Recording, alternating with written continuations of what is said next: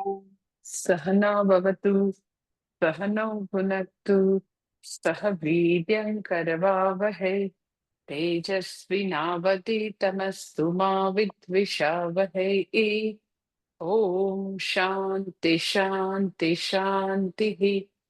श्रुतिस्मृतिपुराणानाम् आलयं करुणालयं नमामि भगवत्पादं शङ्करं लोकशङ्करम्।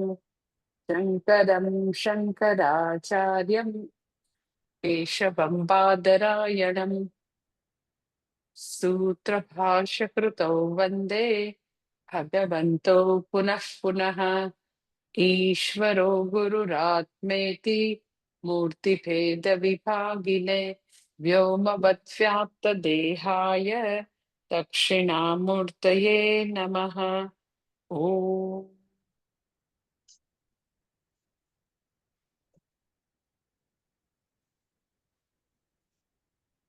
ભગવદ્ ગીતા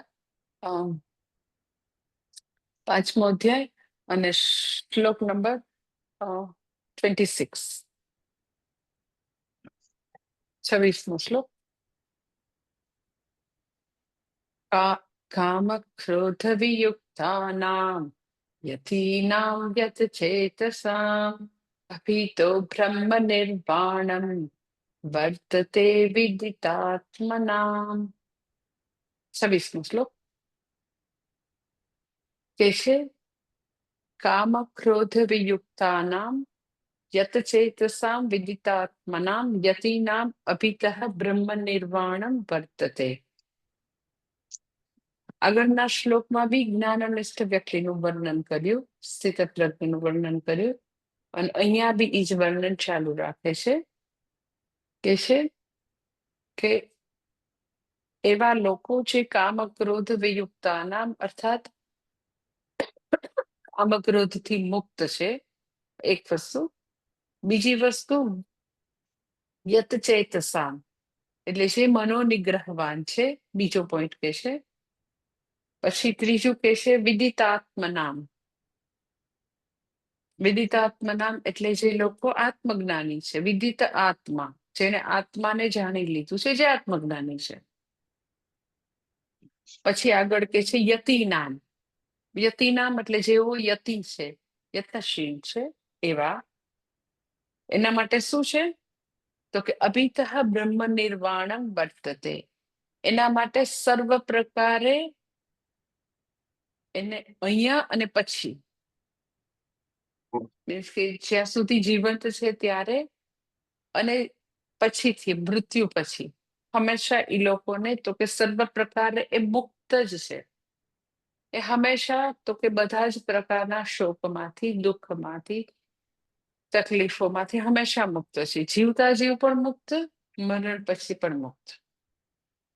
એટલે જે લોકો કામક્રોધથી મુક્ત છે, જે લોકો મનોનિગ્રહવાન છે, જે લોકો આત્મજ્ઞાની છે, જે લોકો યતિ છે, આવી ચાર વસ્તુ કે છે. એ લોકો જીવંત છે ત્યારે બી મુક્ત છે અને મરણ પછી પણ હંમેશા મુક્ત છે. એટલે પહેલી વસ્તુ કે છે કામ ક્રોધ વિયુક્તાના. પહેલો શબ્દ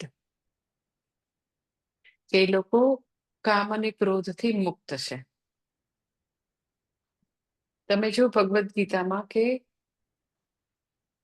આરંભથી અંત સુધી કામ ક્રોધ મુક્તિની વાત ભગવાન કરશે. શરૂઆતથી છે 18મા અધ્યાય. સંગા સંજાયતે કામઃ, or you can say like પ્રજહાતિ યદા કામાન સર્વાન પાર્થ મનોગતા. કે પછી સંગાત સંજાયતે કામઃ કામાત ક્રોધો. પછી ત્રીજા અધ્યાયમાં કામ એશ ક્રોધ એશ રજોગુણ સમુદ્ભવ મહાશનો મહાપાપમાં. તમે જોજો દરેકે દરેક અધ્યાયમાં કામ ક્રોધથી કેવી રીતે મુક્ત થવું એની વાત હંમેશા ભગવાન કરશે. એટલે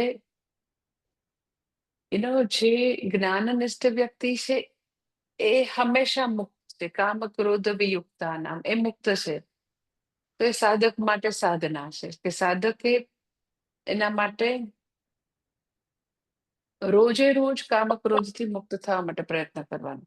એટલે મેં તમને ઉપાય આપ્યો તો કે રોજ પથારીમાં તમે સૌથી પહેલા ભગવાનને એવી પ્રેયર કરી શકો કે ભગવાન આજના એક દિવસ હું હાર્શ ન બનું, હું કડવા શબ્દ ન વાપરું, હું ગુસ્સે ના થાઉં, હું ઇરિટેટ થઈને બોલું નહીં. ખૂબ જ ગુસ્સો આવે તો પણ હમણાં જ ભગવદ્ ગીતાનો શ્લોક ભણ્યા શક્નોતિ યશોડુમ પ્રાક્ષરી વિમોક્ષણાत्. પાંચમા અધ્યાયના અમુક શ્લોક જે છે એટલા બધા સુંદર છે. પાંચમા અધ્યાયમાં એક્સેપ્શનલી બધા સાધના માટેના ખૂબ જ એટલે ખૂબ જ બેસ્ટ શ્લોક છે સાધના માટેના પાંચમા અધ્યાયમાં. લાઈક આ શક્નોતિ, બરાબર. પછી એની પહેલા ને એની આગળનો યેહિ સંસ્પર્શજા ભોગાહ દુઃખયોનય એવતે.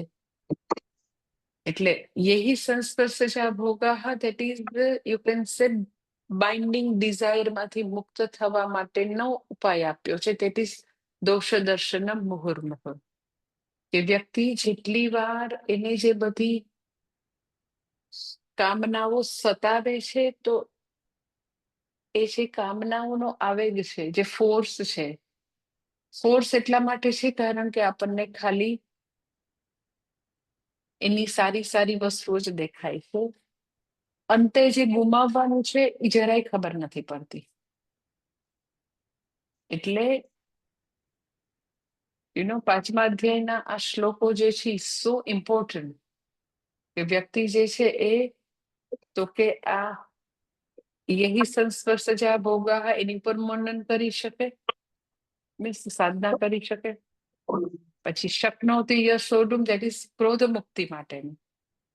એટલે ક્રોધમાંથી મેં તમને વાત કરી એમ કે વ્યક્તિ તાત્કાલિક ક્રોધમાંથી મુક્તિ નહીં મેળવી શકે, પરંતુ એવો એનો ડિસિઝન, એવા પ્રકારનો સંકલ્પ, એવા પ્રકારની એની આવી પ્રચંડ નિર્ણય શક્તિ કે ક્રોધના આવેગમાં હું બોલીશ ને.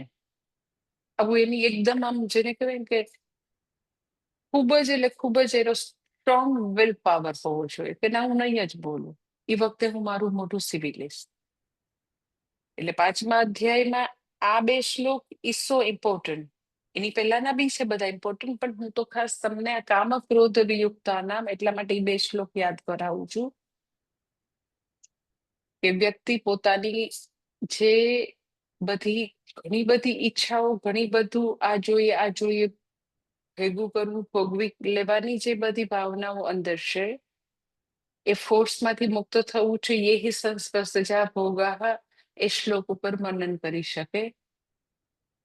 પોતાના ક્રોધ ઉપર નિયંત્રણ નથી તો શક્નોતિ યશોડુમ જે છે એની ઉપર ખૂબ જ મનન કરી શકે. અને હવે આ શ્લોક પછીનો જે શ્લોક છે એ પણ બહુ જ સાધના માટે મહત્વનો છે. એટલે એ રીતે પાંચમા અધ્યાયના શ્લોક સાધકની સાધના માટે બહુ જ મહત્વના શ્લોકો છે. લાઈક કે સ્પર્શાન કૃત્વા બહિર્બાહ્યાહ, આના પછીનો છે. That is also very beautiful શ્લોક, વેરી બ્યુટીફુલ. બધા જ સાધના માટેની, સાધક માટે. અને એકદમ પોતે પોતાની ડે ટુ ડે લાઈફમાં ખૂબ જ યુ કેન સે ઇઝીલી કનેક્ટ કરી શકે, જોઈ શકે પોતાનો પ્રોગ્રેસ, એવા શ્લોક છે. એટલે અહીંયા આગળ સૌથી પહેલું કહે છે કામ ક્રોધ વિયુક્તા નામ. એટલે આપણે સમજવું જોઈએ કે જ્યાં સુધી કામ ક્રોધમાંથી મુક્તિ નહીં થાય ત્યાં સુધી અધ્યાત્મમાં પ્રોગ્રેસ થવાનો નથી. કોઈકનું સ્પીકર ચાલુ છે, દર્શનાબેન. હા, ઓકે. હર્ષિલ છે, હર્ષિલ કોઈકનું ચાલુ છે.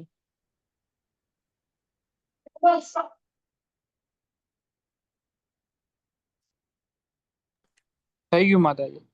ઓકે, હા હા. એટલે માટે હંમેશા ભગવાન કામ ક્રોધની મુક્તિની વાત કરશે. અહીંયા બી જ્ઞાનનિષ્ઠ વ્યક્તિ માટે કહે છે કે કામ ક્રોધ વિયુક્તા નામ, અર્થાત કામ ક્રોધથી લોકો મુક્ત છે, એક વસ્તુ. પછી બીજું કહેશે કામ ક્રોધ વિયુક્તા નામ યતિ નામ યત ચેતસા. યતિ નામ એટલે શું? તો કે જે લોકો ખૂબ જ યત્નશીલ છે. શેના માટે યત્નશીલ છે? તો આ પર એવું થાય કે એસ સચ કે બધા જ લોકો યત્નશીલ છે. એમ કે દુનિયામાં જે લોકો વેપાર ધંધો કરી બી યત્નશીલ છે. જે લોકો એમ જ અધાર્મિક પ્રવૃત્તિ કરતા હોય, માફિયા ડોન બધા, એ લોકો બી યત્નશીલ છે. કોણ યત્નશીલ નથી? જો તો આમ પૂછો તો અહીંયા આ વ્યક્તિને કેમ યતિ કહે છે? તો કે જ્ઞાનીનો કે સંન્યાસીનો કે જે લોકો મોક્ષ માર્ગ પર ચાલે છે એનો એકનો જ યત્ન રિયલ છે. બાકીના બધા યત્ન જે છે એ સાવ મિથ્યા છે, યુઝલેસ છે, એનો કોઈ અર્થ જ નથી, અર્થહીન છે, કોઈ ફ્રૂટફુલ એ છે જ નહીં. જે વ્યક્તિ શ્રવણ મનન નિધિધ્યાસન કરી રહી છે, જે પોતાના કામક્રોધ ઉપર વિજય પ્રાપ્ત કરવાનો પ્રયત્ન કરે છે, જે ઇન્દ્રિય નિગ્રહ મનોનિગ્રહ બનવાનો પ્રયત્ન કરે છે, એકનો જ યત્ન રિયલ છે. બાકીના બધા નકામા યત્ન છે. બાકીના બધા યત્નથી એને જે સુખ જોઈએ છે, એને જે શાંતિ જોઈએ છે, એને જે શાતા જોઈએ છે, કઈ એને મળવાનું નથી. એટલે યતિ શબ્દ જે છે, યત્નશીલ શબ્દ જે છે, એ વેપાર ધંધો કરતા હોય એમાં લગાડી ન શકાય. એને તમે યતિ ન કહી શકો. જે ઓહો, એ તો માતાજી સવારથી સાંજ એટલો બધો એ લોકો એનો વેપારમાં બહુ જ એટલે બહુ જ પ્રયત્નશીલ કરે, એટલા બધા હાર્ડવર્કિંગ છે ને, મહાન યતિ છે. એને કોઈ એવું કે આ મોટા વેપારી છે, એવું કે બહુ મોટા બિઝનેસમેન છે. હમણાં જ કોઈ મને વાત કરતું હતું કે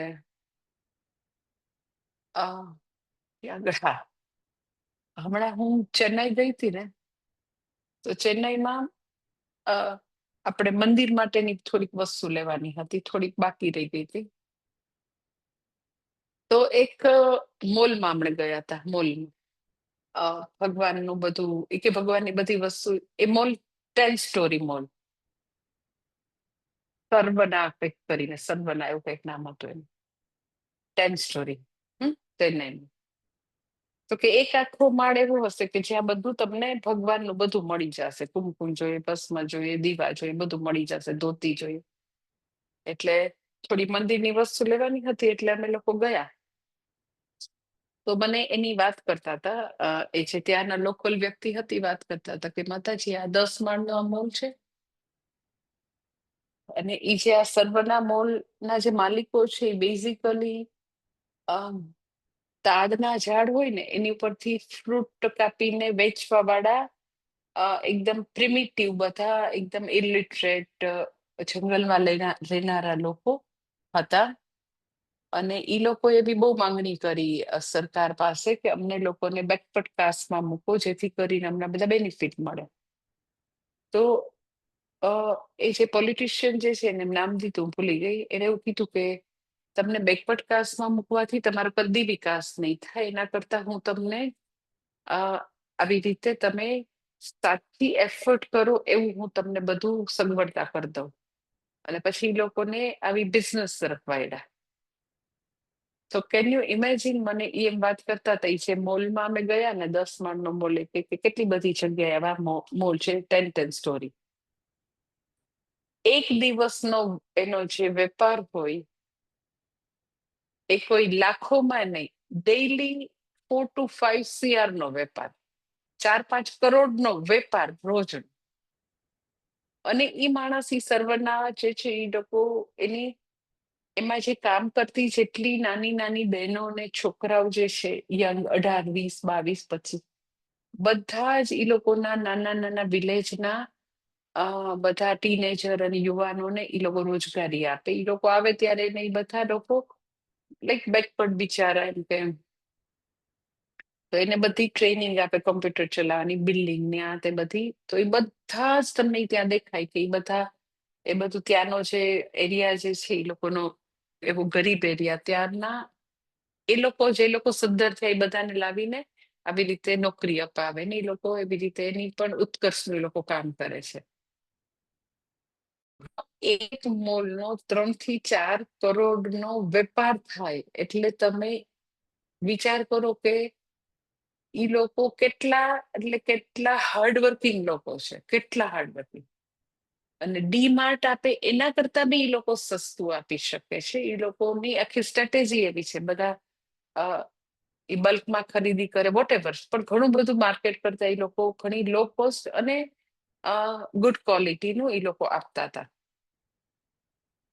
તો એ બધા બી તમે એમ કહો કે સાવ જંગલમાં તાડીના વૃક્ષો પર ચડીને તાડી ફળ વેચનારા લોકો અહીંયાથી અહીંયા પહોંચી ગયા, તો કેટલો પ્રયત્ન કર્યો. તો એને તમે યતિ કહેવા માંડો ને, એ બી મહાન યતિ છે, મહાન તપસ્વી છે. તો એને કોઈ કે ખૂબ જ વેપાર કરે, રોજે 3 થી 4 કરોડનો એક મોલ વેપાર કરી દે.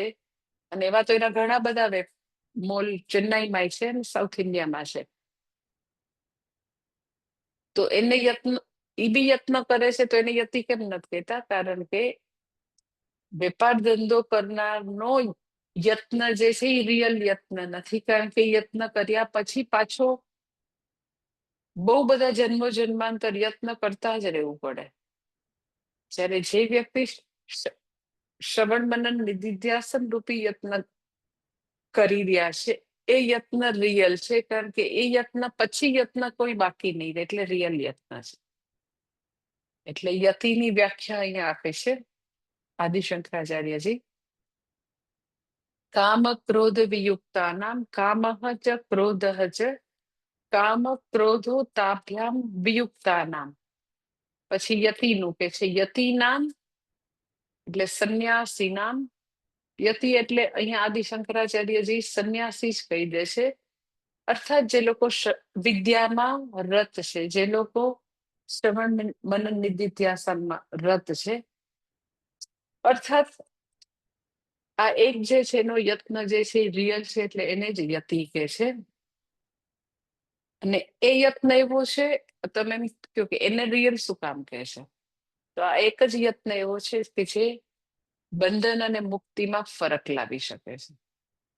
વેપાર કરે તો એ હંમેશા બંધનમાં રહેશે. એટલે રિયલ યત્ન એટલે છે કે એકમાત્ર યત્ન જે વ્યક્તિને જન્મો જન્માંતરના બંધનમાંથી તો કે મુક્તિમાં મુક્તિ તરફ એની ગતિ કરી શકે છે, એટલે રિયલ યત્ન છે. એમ જ રિયલ યત્ન નથી કહેતા. હંમેશા જે વ્યક્તિ બંધનમાં છે, શોકમાં છે, દુઃખમાં છે, હંમેશા પુનરપી જનનમ પુનરપી મરણમ એ ચક્રમાં ફસાયેલી વ્યક્તિ હવે યત્ન કરે છે, એટલે રિયલ યત્ન છે. અને પછી એ હવે મુક્ત થશે, એટલે એને યતિ નામ કીધું. યતિ નામ યત ચેતસા.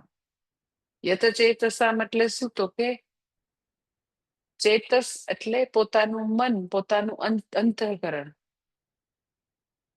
એનો પૂરેપૂરો નિગ્રહ છે. યતમ સંયતમ ચેતસ યેશામ તે. એટલે જેના પોતાના ચેતસ ઉપર, પોતાના મન ઉપર જેનો સંપૂર્ણપણે કમાન્ડ છે. એટલે બેઝિકલી વ્યક્તિ જે છે એ તો કે ટુગેધર પર્સન છે, યુક્ત વ્યક્તિ છે. જ્યારે બી જનરલી જ્યારે બી યતચેતસા ઘણીવાર મનની વાત કરી હોય અને ઘણીવાર ચિત્તની વાત કરે. મનોનિગ્રહવાન એવો શબ્દ વાપર્યો હોય. અત્યારે યતચેતસામ શબ્દ વાપર્યો છે. ઘણીવાર ઇન્દ્રિય નિગ્રહ શબ્દ વાપર્યો હોય. તો જનરલી એવું છે, જ્યારે ચિત્ત શબ્દ વાપરે એનો અર્થ એમ કે વ્યક્તિએ પોતાની બધી ઇમોશનલ જે બધી સમસ્યાઓ છે એને શાંત કરી છે. હવે એની જે લાગણીગત વસ્તુઓ છે, લાગણીગત ઉપદ્રવો જે છે, એને હવે કોઈ પણ રીતે તકલીફ નથી આપતા. ચેતસામ ચિત્ત જે છે એનો સંબંધ તો કે આપણી ઇમોશનલ લાઈફ સાથે છે. ચિત્ત જે છે એની અંદર બધી મેમરી છે, આપણી પાસ્ટની મેમરી પડેલી છે. મન જે છે એમાં જુદા જુદા વૃત્તિઓ, વિચારો વહ્યા કરે. બુદ્ધિ જે છે એ નિર્ણય કરે છે.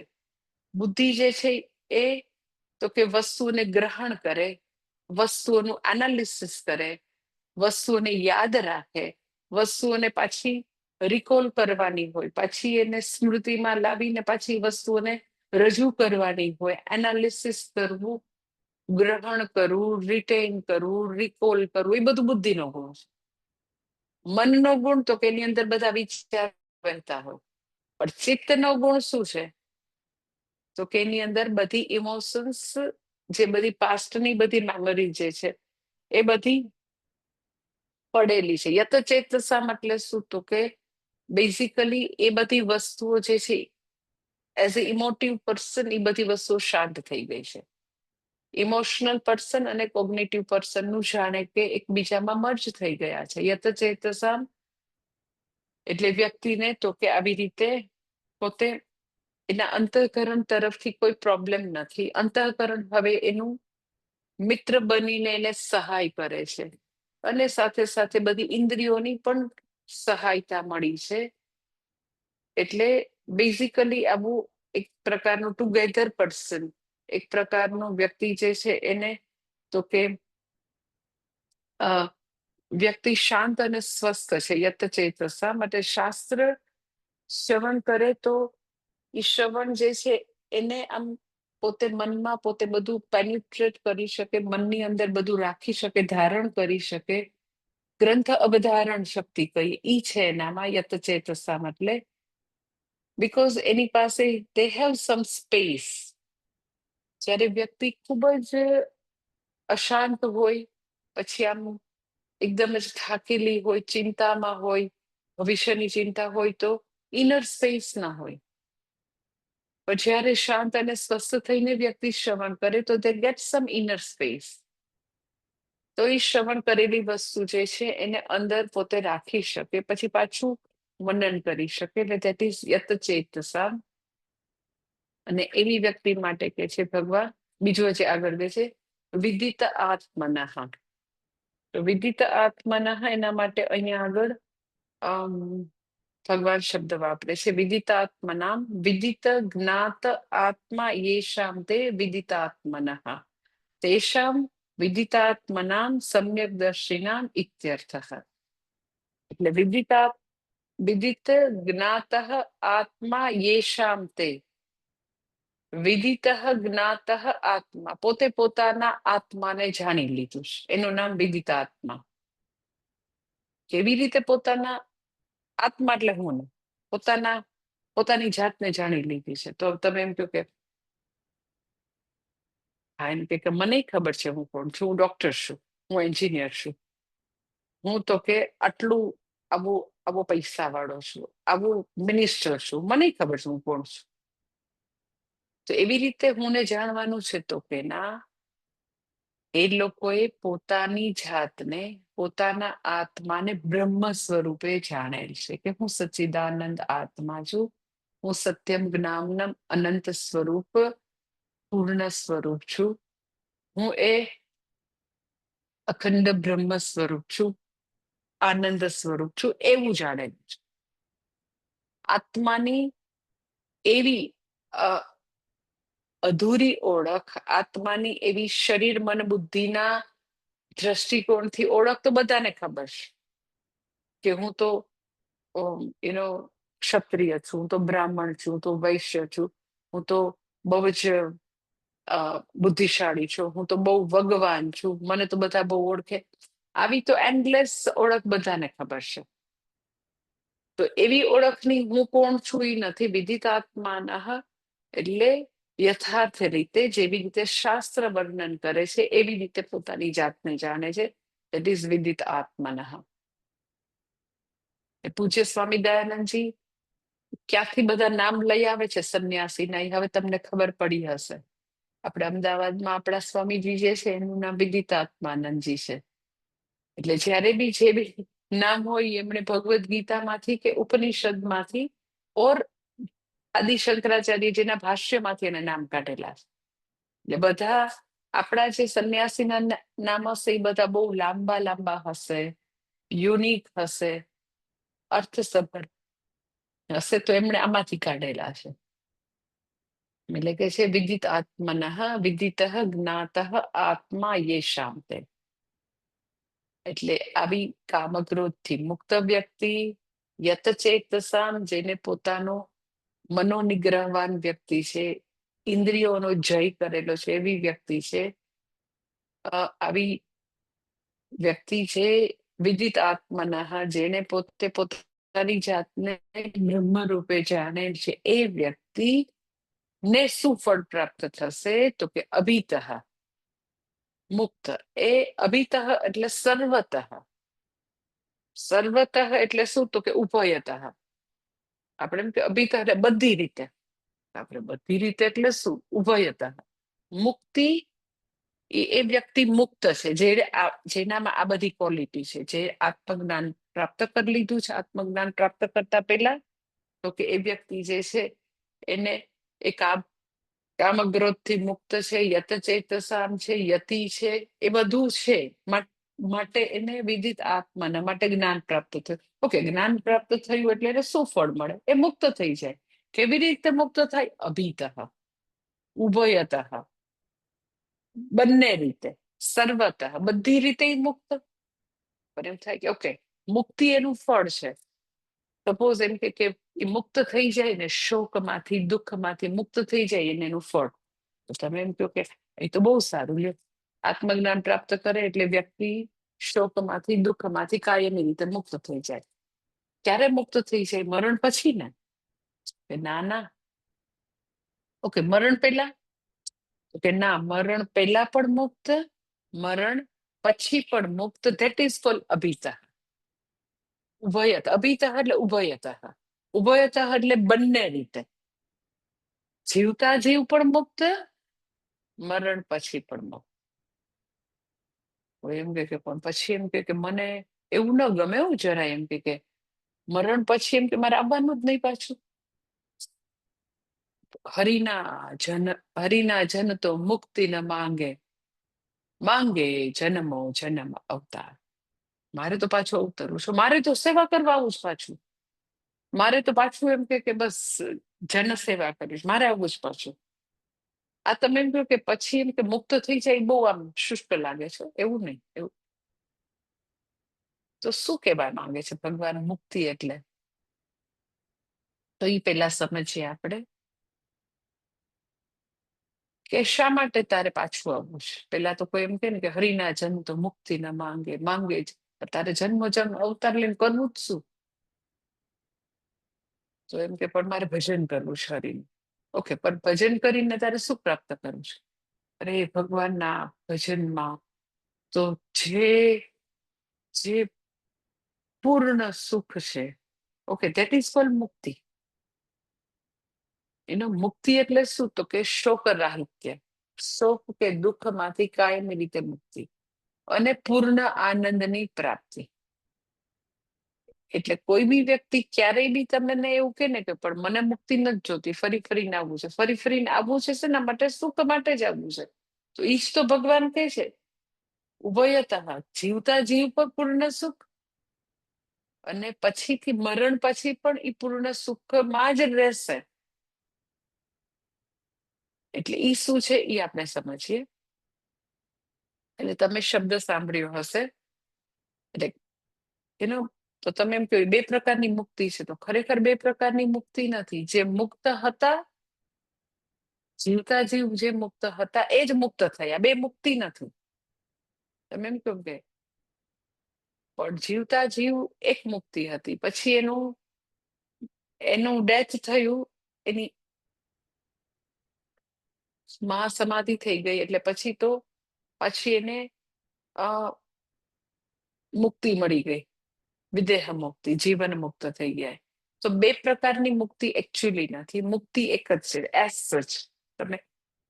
તમે જ્ઞાનીના દ્રષ્ટિથી પૂછો તો એક જ મુક્તિ છે. અજ્ઞાનીના દ્રષ્ટિથી લોકો એવી બે રીતે જોવે છે. ખરેખર એક જ છે. કેવી રીતે? તો કે જ્યારે વ્યક્તિ એનો શાસ્ત્ર શ્રવણ કરે, મનન કરે, નિધિધ્યાસન કરે, સ્વ સ્વરૂપની પ્રાપ્તિ કરે, હું દેહ મન બુદ્ધિ નથી, આ બધું નથી, જે મર્યાદા વાળું જે છે એ મારી ઉપાધિ છે, હું પૂર્ણ બ્રહ્મ છું, એ જ્યારે જ્ઞાન થાય ત્યારે મર્યાદાવાળા દેહ, ભલે દેહ મર્યાદાવાળો છે, પણ હું પૂર્ણ છું, હું મુક્ત છું, એ જીવતા જીવ જ એને પ્રાપ્ત થઈ જાય. પછી દેહની મર્યાદા જે છે એ દેહની છે, ક્ષેત્રની છે, અનાત્માની છે, મારી નથી, એને ખબર પડે. પરંતુ લોકોને એવું થાય કે અરે રે, એને તો કેન્સર છે. તો એ જે થોડું ઘણું લોકોને લાગતું હતું સોકોલ બંધન જેવું, એને માટે બંધન નથી. કારણ કે એ દેહાધ્યાસથી હંમેશા મુક્ત છે, દેહમાં એ રહેતા જ નથી. દેહની સાથે એનું કોઈ બી રીતે જોડાણ નથી. એ ખાલી દેહરૂપી ઘરની અંદર આપણને લાગે છે, પણ એ તો સર્વત્ર જે ચૈતન્ય, જે બ્રહ્મ વિલસી રહ્યું છે, એની સાથે એનું એક્ય જ્ઞાન એને પ્રાપ્ત કરી લીધું છે. એટલે દુનિયાની દ્રષ્ટિ એથી દેહરૂપી જે પિંજર જે છે, પિંજરું, એની એક સોકોલ્ડ મર્યાદા હોય, રોગ વગેરે, મીન્સ કે જે ઉંમરને કારણે જે મર્યાદા હોય, ઉપાધિની મર્યાદા કે ઉંમરને કારણે, એ મૃત્યુ થતા એવી દુનિયાને દેખતી મર્યાદા છે, એ પણ ગઈ. એટલે એમ કે જે મુક્ત હતા એ હવે મુક્ત થઈ ગયા. જયારે દુનિયાને એવું લાગતું હતું કે આ દેહરૂપી પિંજરમાં બિચારા પીડાય છે, તો ત્યારે બી પીડાતા નહોતા. પીડા તો જે હતી એ શરીર, મન, બુદ્ધિ, ઇન્દ્રિયોને પીડા હતી. એ વખતે બી મુક્ત હતા.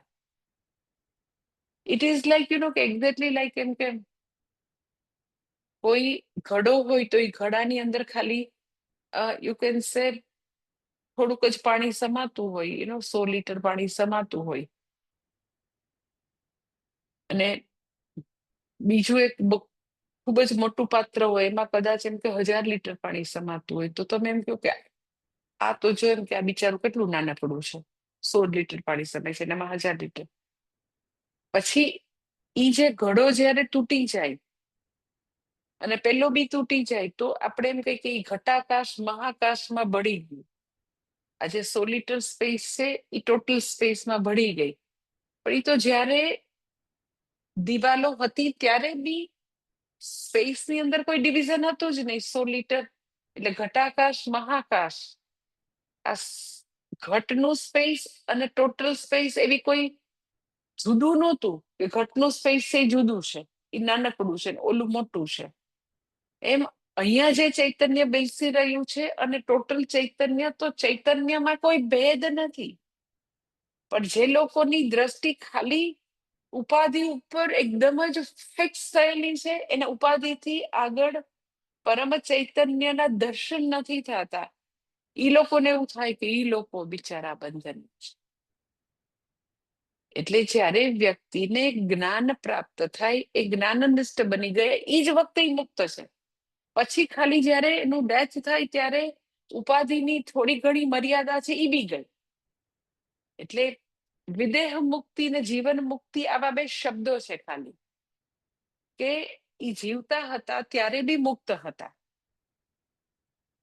અને પછી જયારે એનું મરણ થયું ત્યારે એમ કે એ વ્યક્તિની હવે જે દેહની મર્યાદા છે એ બી ગઈ. ધેટ ઇઝ વિદેહ મુક્તિ. પેલું તો કે જીવન મુક્ત, કે વ્યક્તિ જીવતા જીવ જ મુક્ત, ધેટ ઇઝ જીવન મુક્ત. એટલે એવું કે એ લોકો માટે ઇહેવ સમવિલીયન્તે પ્રાણાહા ન ઉત્ક્રામંતિ વિમુક્તસ્ય વિમુચ્યતે, કે એ લોકો જીવે છે ત્યારે મુક્ત, મરણ પછી મુક્ત, પાછા બંધનમાં પુનર્જન્મ એ લોકોનો થવાનો નથી. સર્વતઃ બ્રહ્મ નિર્વાણ, એટલે અંદર બહાર સર્વ પરિસ્થિતિમાં એ લોકો હંમેશા મુક્ત છે. ખાલી ફિગરેટિવલી આપણી પોતાની એક ભાષામાં આપણે એમ કહીએ કે એ જીવન મુક્ત હતા, જીવતા હતા ત્યારે મુક્ત હતા, અને હવે એ વિદેહ મુક્ત થઈ ગયા. કારણ કે એને એનો દેહ જે હતો, દેહથી જે મર્યાદા આવતી એ બી જતી રહી. અને વિદેહ મુક્તિના બે અર્થ આવી રીતે કરતા હોય કે જ્ઞાન થાય ત્યારે બી એવું કે વિદેહ મુક્તિ, કે દેહમાં છે તો પણ મુક્ત છે, અને દેહ વિલય થાય, દેહનો લય થાય, એને બી વિદેહ મુક્તિ કહે છે. એટલે તમે જનક રાજા માટે જનક વિદેહી એવો શબ્દ સાંભળ્યો હશે કે જ્ઞાન થાય ત્યારે બી મુક્ત છે, પછી એ લોકોનો દેહનો લય થાય પછી મુક્ત થાય એને બી વિદેહ મુક્તિ કહે છે.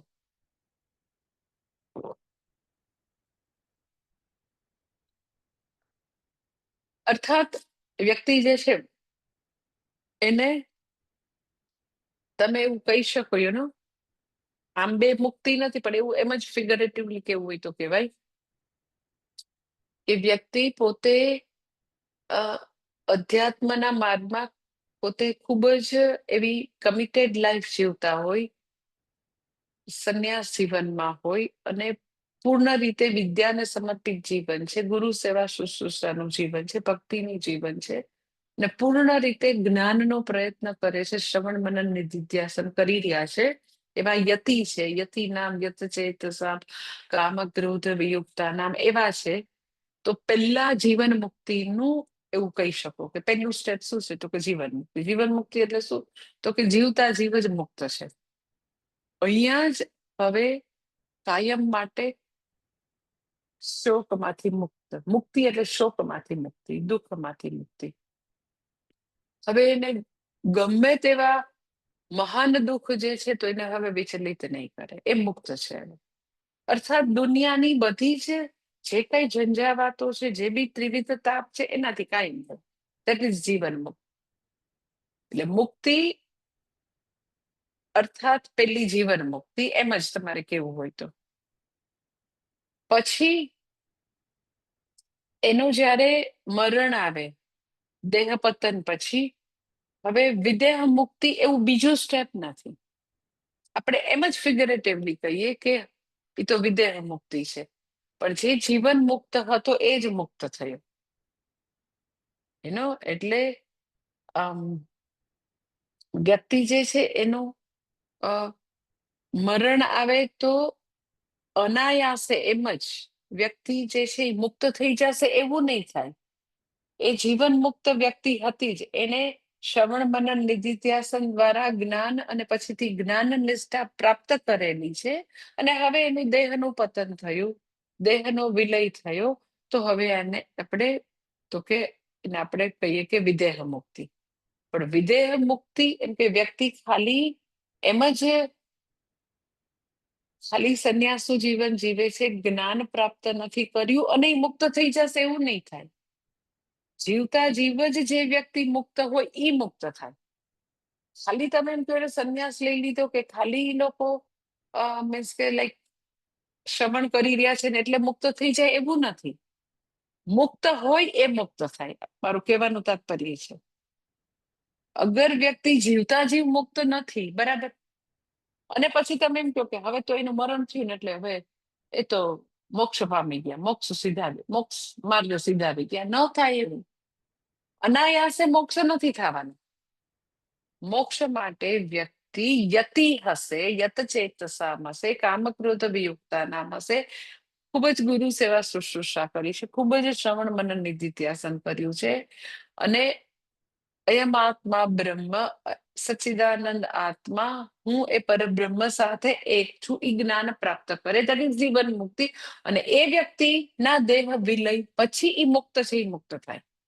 ખાલી મરણ એ મુક્તિ નથી. એમ કે પણ અમે તો બહુ શ્રવણ કર્યું. ઓકે, પણ તમે શ્રવણ કર્યું, મનન કર્યું, નિધિધ્યાસન કર્યું, અને તમને એ આત્મક સાક્ષાત્કાર સુધી તમે પહોંચ્યા તો તમે જીવન મુક્ત છો. અને તો જીવન મુક્ત વ્યક્તિ જે છે એ પછીથી તો કે મુક્ત હતી એ દેહના લય પછી મુક્ત બને. એટલે સંસારી કે અજ્ઞાનીનું મૃત્યુ જે છે એ બીજા દેહની પ્રાપ્તિ છે. એને મૃત્યુમાં ફરક છે. અજ્ઞાની વ્યક્તિનું ડેથ થાય ઇક્વલ ટુ બીજા દેહની પ્રાપ્તિ.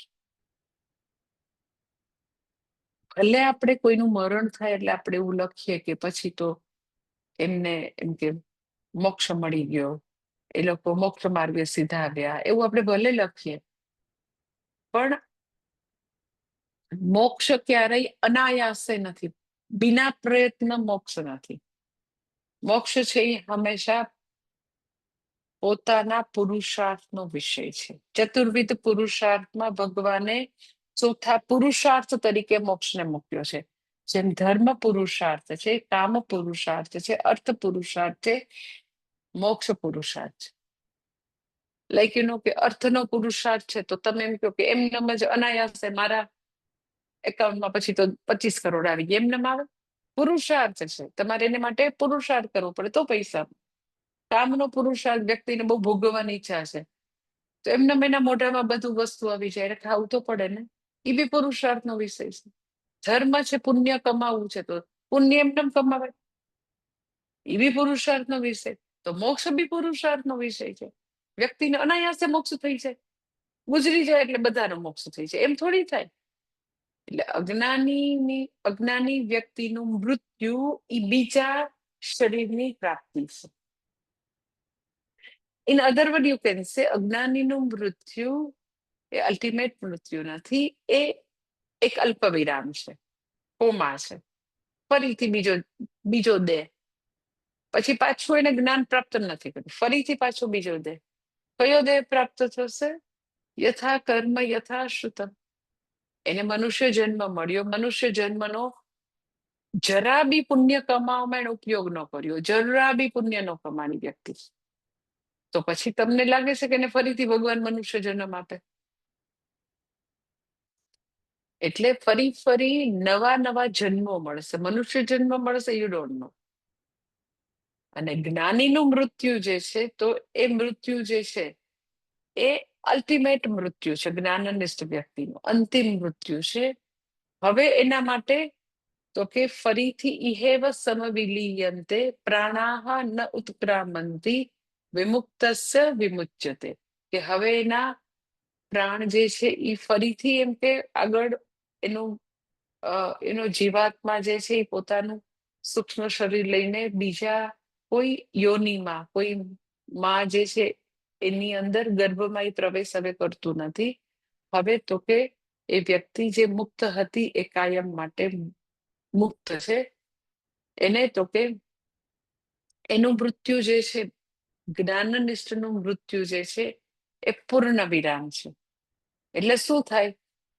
તો કે એ જે પૂર્ણ ચૈતન્ય જે છે, જે સમગ્ર બ્રહ્માંડમાં જે વિલસી રહ્યો છે એની સાથે એકાકાર છે, ઈશ્વર સાથે એનો એકાકાર થઈ ગયો. હવે એને ફરીથી નવા શરીર ધારણ કરવાની જરૂર.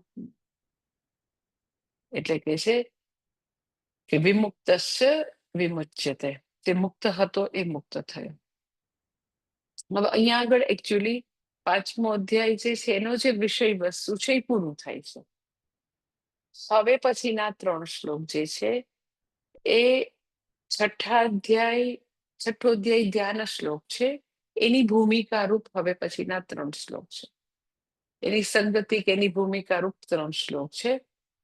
એટલે ભગવાન જે છે, કૃષ્ણ ભગવાન, એ જનરલી તમને ખ્યાલ છે કે એ હવે પછીના અધ્યાય માટેની તૈયારી કરે, બિલ્ડિંગ બ્લોક જેને કે સપોઝ લાઈક કે આપણે આશ્રમમાં અહીંયા ગેસ બ્લોક જે છે G+3 કર્યું છે. તો ધારો કે પહેલો સ્લેબ નાખે ને તો કોઈ બી જાણકાર વ્યક્તિ હોય ને, હજી અહીંયા આગળ સ્લેબ નાખવાનો લાગે છે કા માતાજી? શું કામ? તો કે એક સ્લેબ નાખ્યા પછી એવી રીતે સળિયા કાઢે, that is called building block. હવે બીજો માળ આવવાનો છે. પછી ગઈકાલે કોઈક આવ્યું ને, કે આજે કોઈક આપણે ત્યાં મારા કુટિયા પાસે ઉભા વાત કરતા હતા કે હજી કેમ G+3 થઈ ગયું, તોય કેમ સળિયા છે, હજી આવવાનો છે? મેં કીધું નો, બિલકુલ નહીં. પછી બાજુમાં કોઈક જાણકાર ઉભું હતું ને કે લિફ્ટની કેબિન આવશે એટલા માટે સળિયા ખેંચેલા છે, that is called building block. લિફ્ટની કેબિનના સળિયા હોય ને, લિફ્ટ ત્યાં ઉપર સુધી જાય એનું કંઈક ખેંચે એટલું. એટલે મકાન જયારે આગળ વધતું હોય ત્યારે બિલ્ડિંગ બ્લોક માટે આગળ ઈ સળિયા કાઢે. એમ અહીંયા બી એક અધ્યાયથી બીજા અધ્યાય તરફ ભગવાન જાય તો એના પછીના અધ્યાયનો બિલ્ડિંગ બ્લોક એનું જે છે એ ભગવાન તૈયાર રાખે. બિલ્ડિંગ બ્લોક એટલે શું? તો કે અત્યારે જે શ્લોક હશે એ હવે પછીના અધ્યાયની સંગતિ રૂપ છે. હવે શું આવવાનું છે? એ અત્યારથી ભગવાન કહી દે. શું આવવાનું છે? તો કે છઠ્ઠો અધ્યાય જે છે એ ધ્યાન એનો છઠ્ઠો અધ્યાય જે છે એમાં ભગવાન તો કે ધ્યાનનું વર્ણન કરવાના છે. તો હવે ધ્યાનની વાત કરવા માટે જે જરૂરી છે એ વસ્તુઓ, ધ્યાન કરવા માટેની તૈયારી રૂપ જે વસ્તુઓ છે એ અત્યારે આ 3 શ્લોકમાં કહે છે કે ધ્યાન માટે મોસ્ટ ઇમ્પોર્ટન્ટ વસ્તુ શું છે. તો એ વસ્તુની અહીંયા ભગવાન આ 3 શ્લોકમાં વાત કરે છે. ખૂબ સુંદર 3 મીન્સ કે માનો પહેલો શ્લોક છે, બહુ જ બ્યુટીફુલ શ્લોક છે કે ધ્યાનમાં વ્યક્તિ એમનેમ નહીં બેસી શકે, એની પહેલા એની પૂર્વ તૈયારી જોશે. એમનેમ બેસવાનો પ્રયત્ન કરશે તો મન ભટકશે. તો હવે છઠ્ઠો અધ્યાય જે છે એ તો કે આ 1 થી 5 અધ્યાયથી થોડું જુદું વિષય વસ્તુ થોડું આવશે છઠ્ઠા અધ્યાયમાં. એટલે બીજો, ત્રીજો, ચોથો ને પાંચમો આ 4 અધ્યાયની અંદર ભગવાને ખૂબ જ વિસ્તૃત રીતે કર્મયોગની વાત કરી. અને હવે છઠ્ઠા અધ્યાયમાં તો કે ધ્યાનની વાત કરશે. એટલે એમ વિષય વસ્તુ બદલાય છે. તો બીજો, ત્રીજો, ચોથો, પાંચમો એ અધ્યાયમાં શા માટે બહુ જ કર્મયોગની વાત કરી? તો કેટલા માટે વાત કરી કે મનુષ્યના જીવનમાં તો કે મનુષ્યને મોક્ષ પ્રાપ્ત કરવો છે, મનુષ્યને જીવનમાં કૃતકૃત્યતા જોઈએ છે, પરમ સુખ જોઈએ છે, તો 2 પ્રકારની સાધના જરૂરી છે. મને પૂર્ણ સુખ જોઈએ છે, આનંદ જોઈએ છે, તો 2 પ્રકારની સાધના. પહેલી સાધનાને બહિરંગ સાધના કહે છે, પહેલી સાધના. અને બીજી સાધના અંતરંગ સાધના. બહિરંગ સાધના, અંતરંગ સાધના. બહિરંગ સાધના એટલે બાહ્ય સાધના, અંતરંગ સાધના આંતરિક સાધના. તો બહિરંગ સાધના જે છે એમાં શું આવે? તો કે બહુ બધા પૂર્વગ્રહો છે, રાગ દ્વેષ છે, કામ ક્રોધ છે, એટલા બધા દોષ છે, એટલા બધી જડતા છે, પૂર્વગ્રહ છે, એટલા બધી ગ્રોસનેસ છે, અધર્મ છે, ઘણું બધું એવું છે. તો એના માટે બહિરંગ સાધન આ બધું દૂર કરવા માટે આપ્યું ભગવાને બીજા, ત્રીજા, ચોથા, પાંચમા અધ્યાય, દેટ ઇઝ કર્મયોગ, બહિરંગ સાધન. પછી વ્યક્તિએ કર્મયોગના જીવનથી પોતાના અંતઃકરણને ઘણું બધું શુદ્ધ કર્યું. એવું માની લઈએ છીએ કે અહીંયા જેટલું બધું ભણાવવામાં આવ્યું એ આપણે બધું આત્મસાત કર્યું. એટલે બીજા, ત્રીજા, ચોથા, પાંચમા અધ્યાય દ્વારા આપણે આપણા અંતઃકરણને શુદ્ધ કર્યું. રાગદ્વેષથી, રાગદ્વેષના સકંજામાંથી આપણે આપણી જાતને મુક્ત કરી, રાગદ્વેષને જીત્યા.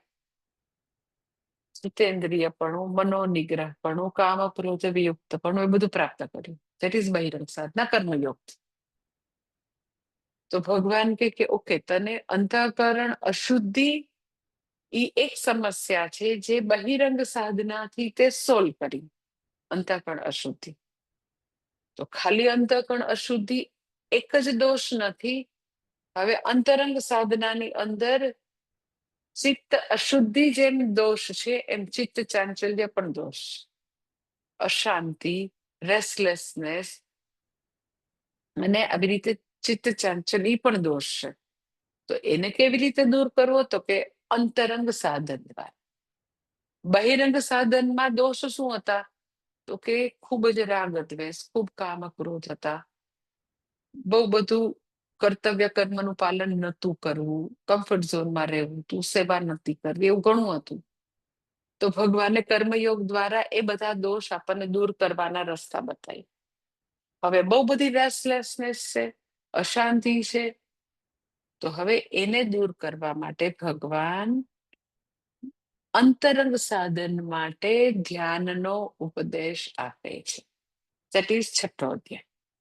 પણ એના માટે આ 3 શ્લોક જે છે એ ભૂમિકાના વેરી બ્યુટીફુલ શ્લોક કાલે જોઈ લેશ. ઓમ પૂર્ણમદ પૂર્ણમિદમ પૂર્ણાત પૂર્ણમુદચ્યતે પૂર્ણસ્ય પૂર્ણમાદાય પૂર્ણમેવાવશિષ્યતે. ઓમ શાંતિ શાંતિ શાંતિ. હરિ ઓમ. શ્રી ગુરુભ્યો નમઃ. हरिः ओम्।